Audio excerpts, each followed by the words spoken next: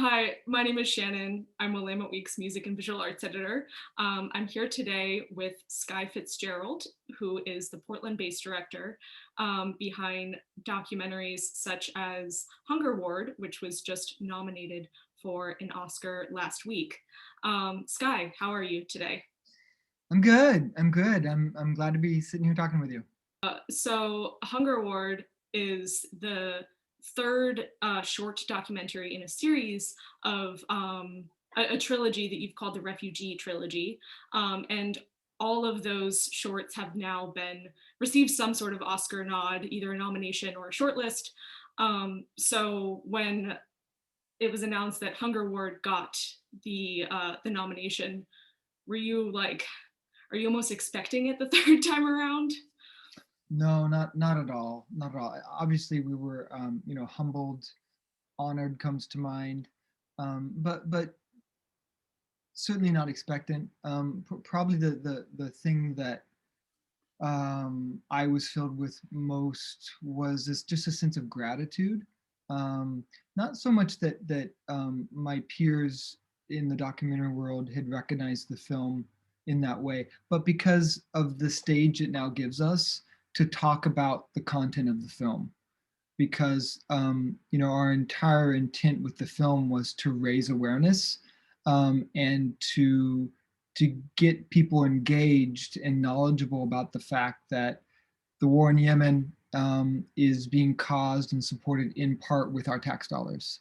And most Americans don't know that. And the hope is that when they watch the film, they'll want to know and learn more and learn how they can engage. So I was really thrilled about that piece of it, because now we do have much more agency to get the word out in a way that we wouldn't have otherwise.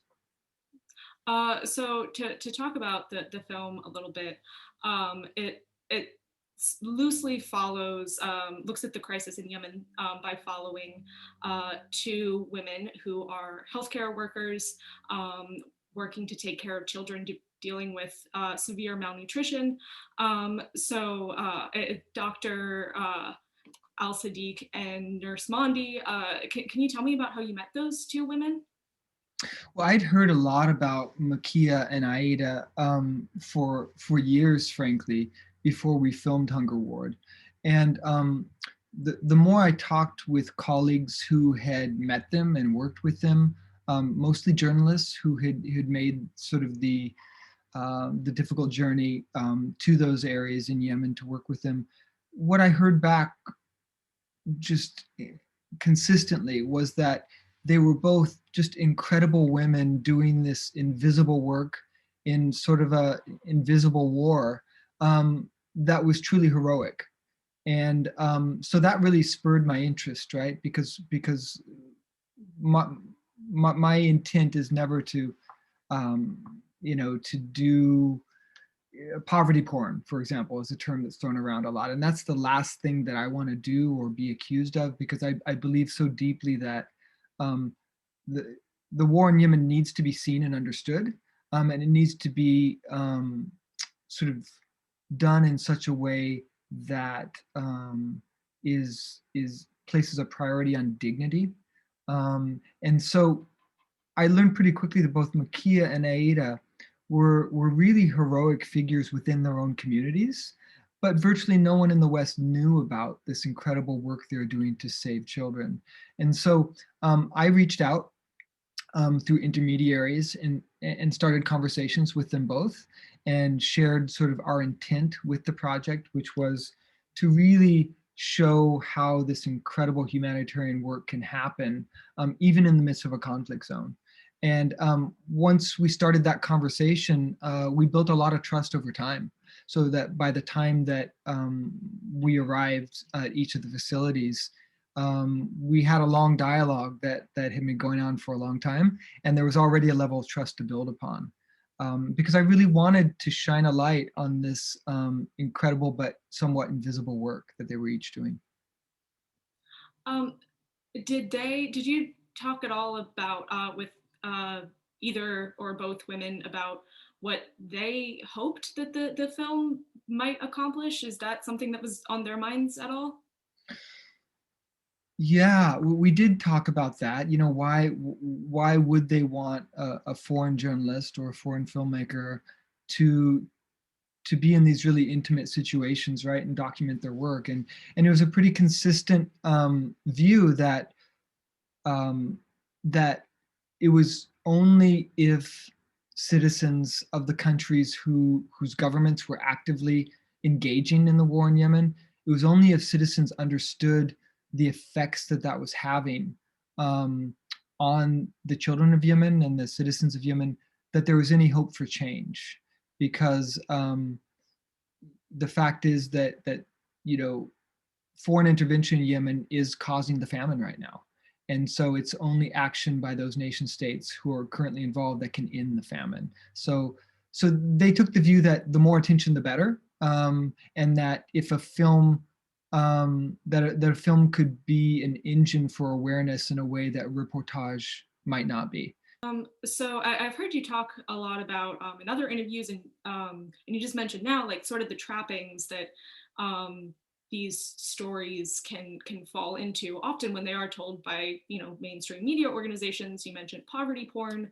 Um, has your approach of how to tell these stories or how to not tell these stories evolved over the past several years that you've been working on this trilogy?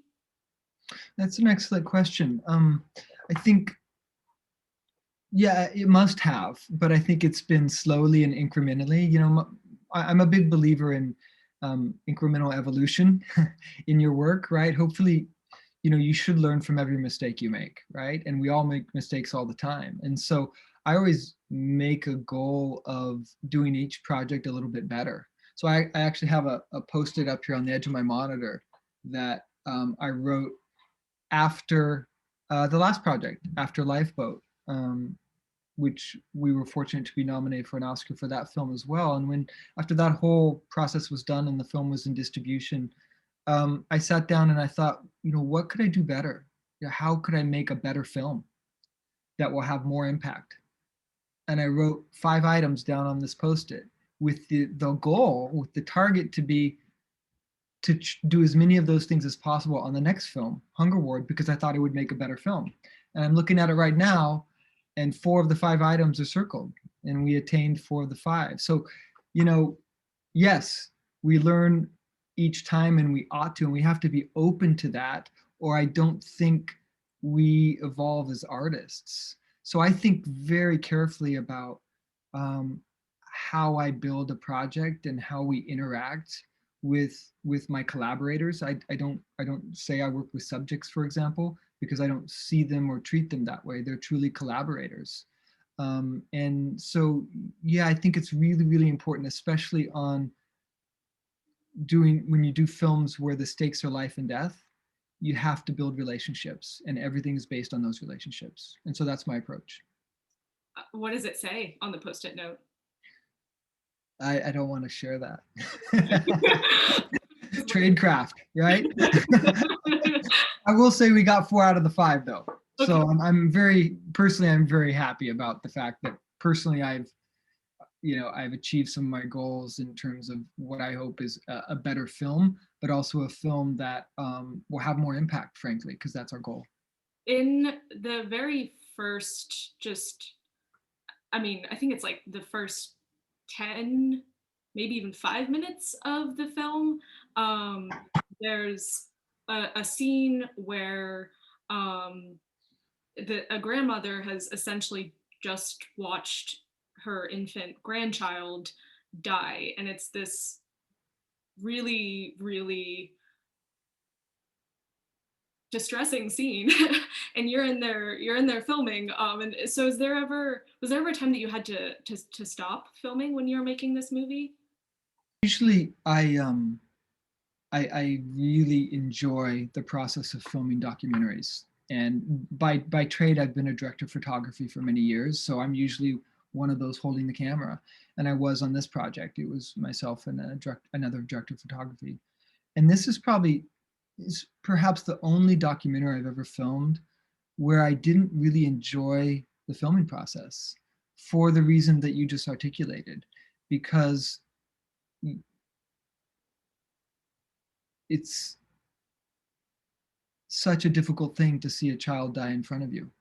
There's just no getting around that. That's the truth. And it should be a difficult thing, and it should hurt, and it should be painful, and it should be hard to bear witness to a grandmother's grief when she learns that her grandchild has passed. That's just part of being human. Um, and that scene that you just pointed out, where the infant Dala passes and her grandmother just breaks down in grief and starts lashing out at anyone in the room, including Dr. Al Sadiq, who was trying so hard to save Dala. Um, that was the only moment during the filming process where we did momentarily stop filming during this about 45-minute moment in time where the grandmother was breaking down. And she had given us permission, of course, to film up to that point. So we'd been filming with her for a couple weeks, and then maybe longer than that actually. And then there was a moment during that 45-minute window where she asked us to stop, and so we stopped because consent is dynamic, right? It's not a static thing, and so we stopped. And then, interestingly enough, later she was okay with it again. But there was this small little sliver in there where she was under such emotional distress that she did ask us to stop. And so we did. But that's the only moment during the entire time, in every instance, in every context, where we did stop filming. And it wasn't because we would have of our own accord, it's because someone asked us to.